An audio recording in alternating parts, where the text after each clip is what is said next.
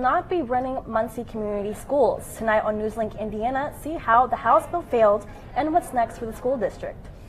And a pedestrian bridge in Florida University campus collapsed today. What happened and what law enforcement says tonight, coming up.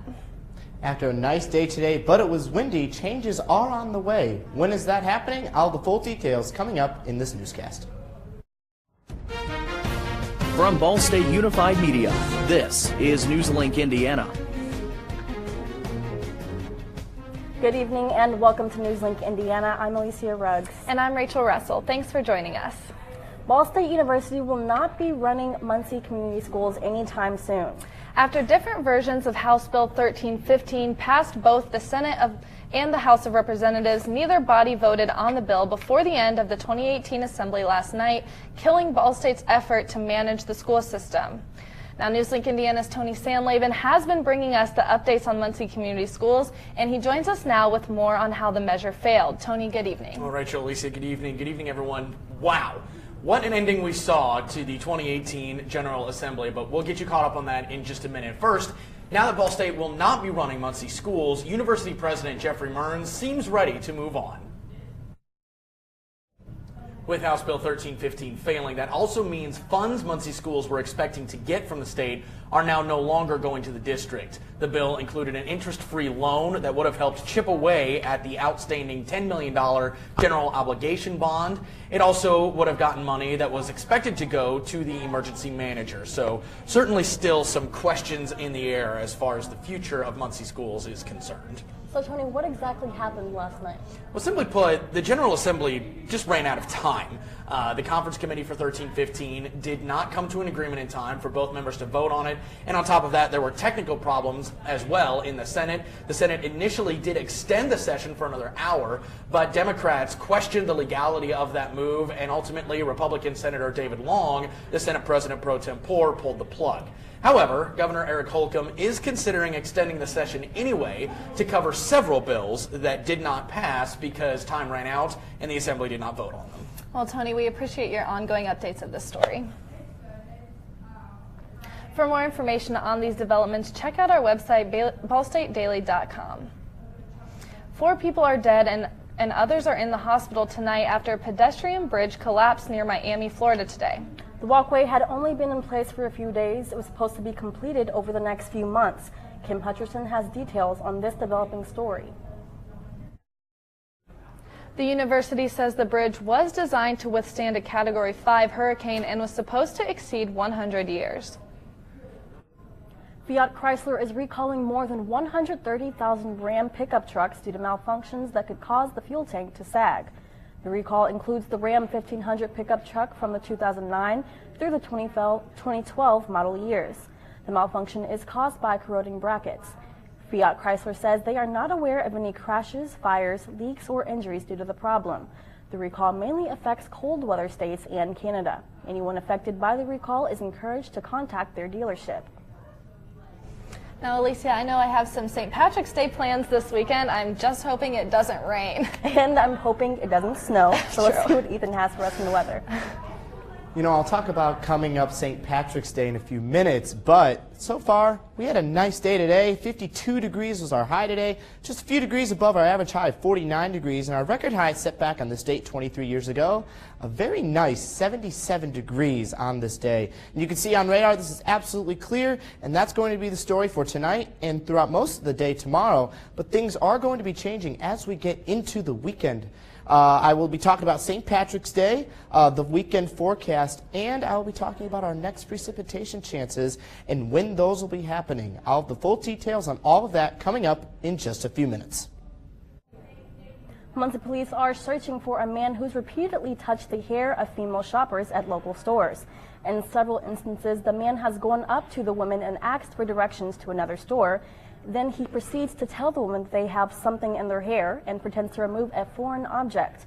The suspect is described as a 6-foot-tall white man in his 40s, weighing about 190 pounds. Anyone with information is asked to contact the Muncie Police Department's Investigation Division at 765-213-5851. Indianapolis police have arrested Maurice Dunlap for skipping out on paying his $50 tab at the downtown Acapulco Joe's Diner, where the owner, Grant Redmond, followed Dunlap out of the restaurant. He was punched into unconsciousness.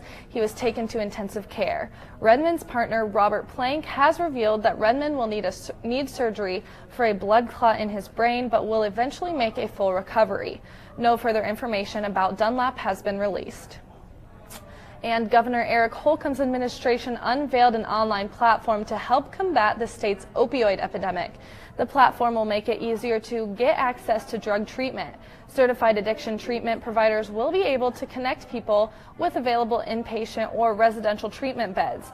The service is provided through a partnership between the state and 2 healthcare providers in the state.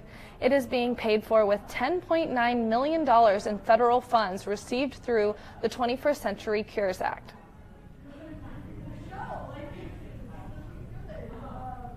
St. Patrick's Day is just a few days away, and the annual parade will be downtown. We'll tell you how one Ball State faculty member is celebrating in an unusual way. And spring may be just around the corner, but winter might have something left in store for us. More on that coming up. Stay with us. Muncie's 33rd annual St. Patrick's Day parade is happening this Saturday, working its way through downtown. And among the floats, one Ball State faculty member will be skating her way through the parade route.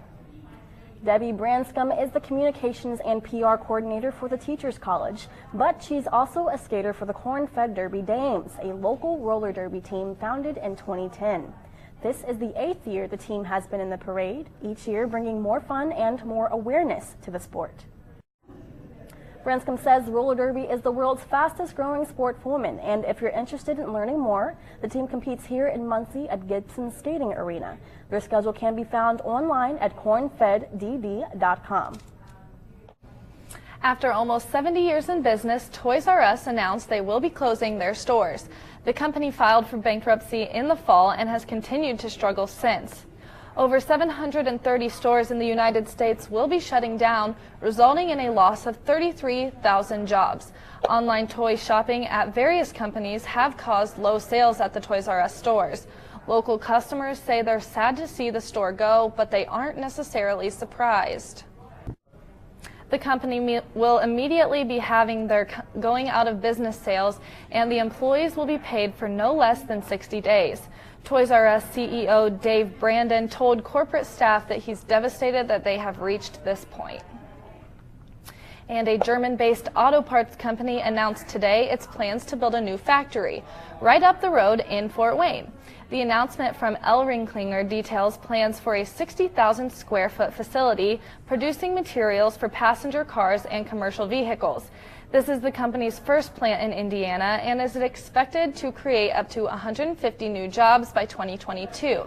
ElringKlinger plans to start the project in Fort Wayne in September. Now, it sounds like I don't know if I'm not going to get that rain. I don't know. I'm kind of nervous. I might have to order some green rain boots. But Ethan, what's coming up in weather?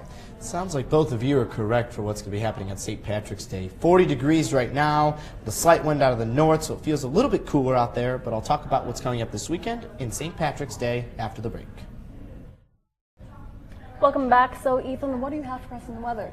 You know, we had a really nice day today, and it's going to be the same story for tomorrow, but as we get into the weekend, things are, of course, going to be changing, but I'll have that later on in the graphics. But for right now, overall, it wasn't too bad of a day outside. Currently, right now, 40 degrees.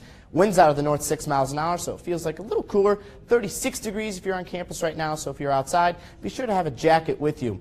44 in Indianapolis, 40 in Kokomo, 44 Lafayette, and good evening, folks. Down in Bloomington, you guys are sitting at 48 degrees right now, so temperatures all across the state are pretty similar. Now, here we go. March 20th, it's 5 days away, believe it or not. I feel like this winter went by really fast. We're already almost to springtime. I know I'm ready for it, and I know I'm not alone out there, so 5 days away. Radar is clear right now, and that's the story that's going to be happening for tonight and most of tomorrow. There's a little bit of snow out in the northeast, but we're not going to be worrying about that. They had 3 nor'easters out there, and they don't need any more snow, but that'll be coming to an end soon as well. Tonight, though, 23 degrees, mostly clear skies. Winds out of the north, 10 to 15 miles an hour. A clear night, so if you are going to be outside, be sure to have a jacket with you, and you may want to start the car a little earlier, just so it warms up before you get back inside. And then right now on the Futurecast, you can see the clear skies that are going to be happening all throughout tomorrow, but watch as we go throughout the late afternoon and into the nighttime hours. You can see clouds increase. This is 4 o'clock, and then once we go throughout, you can see even more clouds come up from the south, and look at all the color. You got some green, you got some blue up to the north, and all this pink. That's a rain-snow mix that's going to be happening late tomorrow night and into Saturday. We also have some ice that we're going to have to deal with too. Not a lot in terms of accumulation, but enough to create many slick spots. So if you are going to be out late tomorrow night and into Saturday, you better be careful and just drive with a little extra caution. Tomorrow morning, though, chilly but sunny, the green light. No rain or precipitation at all, which is why it's green, but temperatures are going to be in the 20s, 24, 8 a.m., 9 o'clock, 27 degrees. Clouds are going to be decreasing as well, and temperatures are also going to be going up, but it still will be cold, so if you are sending your kids out to school in the morning, be sure they're bundled up while waiting for the bus. And then tomorrow, 43 degrees. I mean, we have a temperature jump, 9 a.m., 27 degrees, 38 degrees at noon, and then 43 for our high tomorrow. Then as we go through the day, 41 and 36. Overall, not a bad day, but you can also see once we get into the 9 o'clock hour, that's when clouds will be on the increase. And also we have St. Patrick's Day that's coming up here in 2 days. And unfortunately, I wish I had a better forecast. 42 degrees with some rain. All that rain-snow mix will be ending in the morning. And throughout the day, it's going to be rainy, but it won't be too cold. So just have a light jacket and some rain boots if you're going to be outside. You can see here on the 7-day forecast, 42 with some rain on Saturday. And then Sunday and Monday, we're going to be near 50 with mostly sunny skies both days. Tuesday, we'll have our next chance of rain coming late Tuesday night and into Wednesday. Wednesday, the coldest spot of the 7-day, 37 degrees, which is still below normal. Then Thursday, back into the mid-40s, which once again is below normal. So for this entire week, we have below normal temperatures except for Sunday. Okay, Ethan, well, thank you for that weather. We'll try to stay warm. Got it. Colton, what do you have for us coming up in sports? Well, the first round of the March Madness tournament was today, and already a huge upset. Find out if your bracket is still in shape when we return.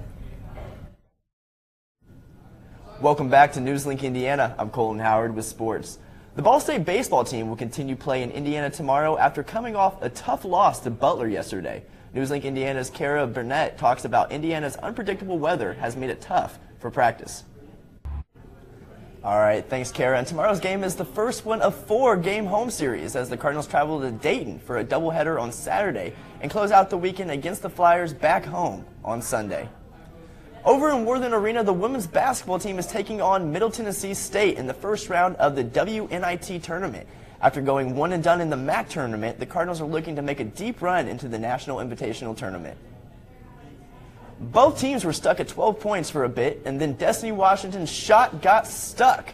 But the game must go on. Later in the first half, Franny Francis dishes to Mariah Morocco, who throws up the 3-ball and drains it.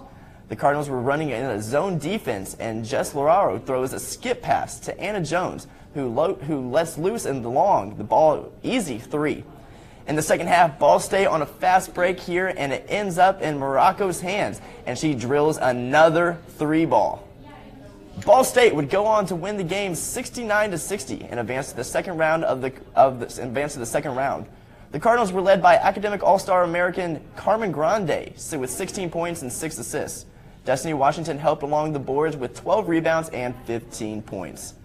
With that win tonight, Ball State will gear up for Purdue in the round 32. Sticking with basketball, today was the first day of this 64-team NCAA Division I tournament, and already some madness.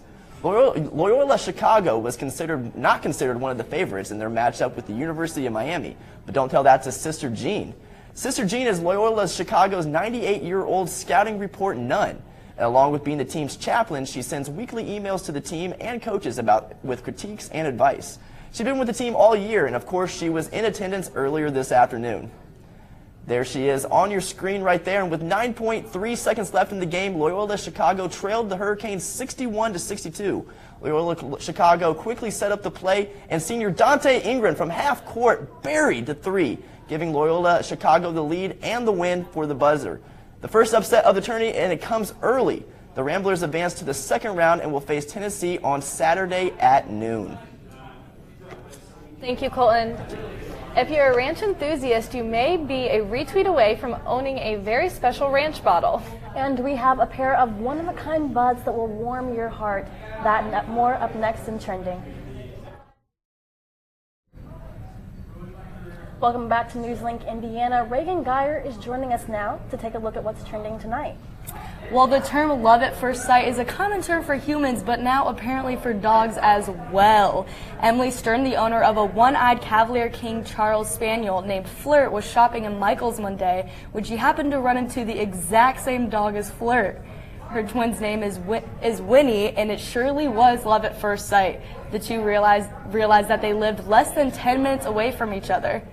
Since their meet date in 2016, the two have been inseparable, participating in Christmas parades and being a member of the Charleston Social Club for their breed. That's just adorable. I love know. dogs. My heart would have melted just seeing them alone. I know, it is so cute. And then also, first a ranch fountain, and then now ranch kegs, and now Hidden Valley Ranch is coming out with a one-time glass bottle worth $35,000. The glass ranch bottle worth thousands came out in honor of National Ranch Day on March 10th and is not being sold but given away for free on a Twitter raffle. The bottle itself is bejeweled in diamonds, sapphire, and 19-karat white gold and was designed by an A-list celebrity jeweler. And of course, the ranch comes on the side. The winner of this $35K bottle will be announced on May 19th. You know, when you said $35K bottle, I just kept thinking I could pay for college tuition with that. It is crazy how much expensive that was. Thank you, Reagan. Ethan, what's one last look in weather? You know, besides ranch bottles, we do have some changes coming our way beginning tomorrow night and into Saturday. Tomorrow night, 80% chance late wintry snow mix, and then Saturday for St. Patrick's Day with some rain throughout the day, and then Sunday, not a bad day. Thank you, Ethan. That's all for tonight on NewsLink Indiana. Be sure to watch our midday update tomorrow at noon on the NewsLink Indiana Facebook page. And don't forget to like us on Facebook and follow us on Twitter. Have a great night.